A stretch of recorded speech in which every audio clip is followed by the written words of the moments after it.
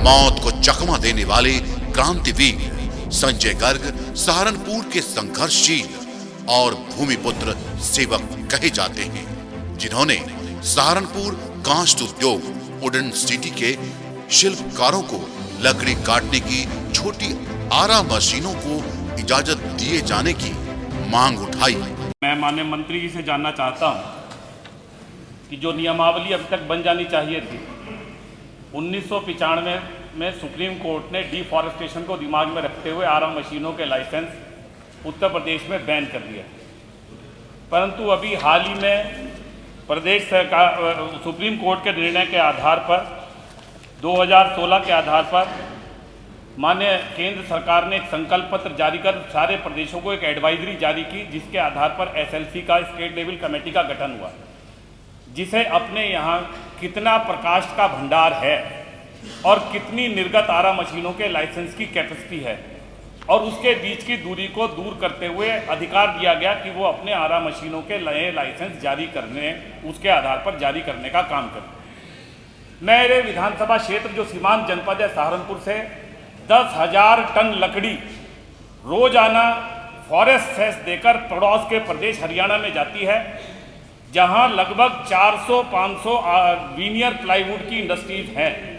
नए लाइसेंस ना मिल पाने के कारण कैश क्रॉप पैदा करने वाले पॉपुलर और यूकलिप्टिस के उस किसान को भारी नुकसान हो रहा है।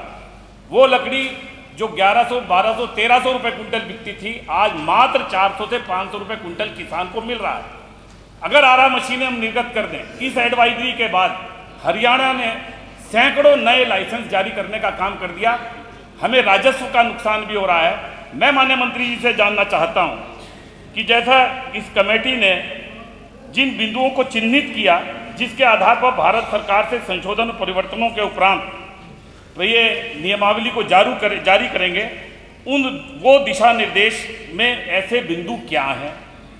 नंबर 2, दूसरा प्रश्न मेरा है, उत्तर प्रदेश में जितना प्रकाष्ठ है, क्या उस प्रकाष्ठ को प्रोसेस करने के लिए जो निर्गत आरा मशीन के लाइसेंस हैं, क्या ये सर्वे प्रदेश सरकार ने करा लिया है?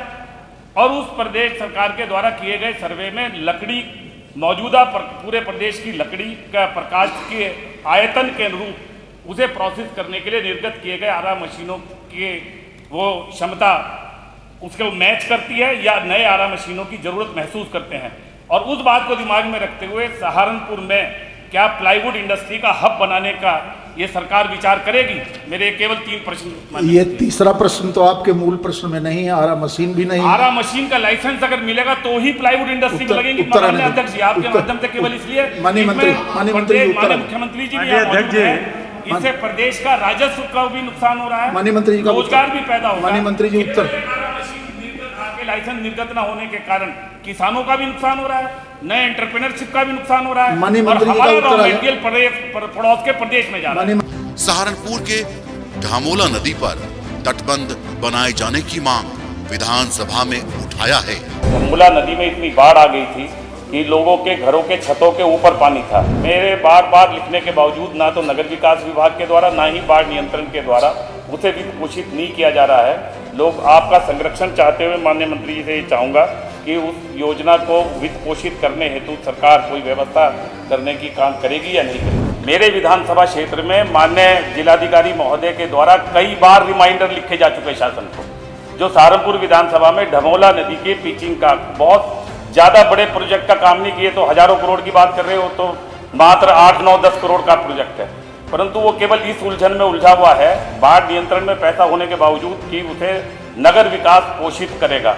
नगर विकास को लिखने के बाद ना तो उनके द्वारा पोषण का जिम्मेदारी ली जा रही है, और बरसात के दिनों में आम आदमी का सोना भी वहाँ शांति से मुश्किल है। वो इस बात को डरता है कि रात को अगर बाढ़ आ गई और फिर दोबारा उस तरह की प्रलय जैसी स्थिति हुई तो हालात क्या होंगे। न कोई चोर, न कोई बेईमान, न कोई दलाल चाहिए।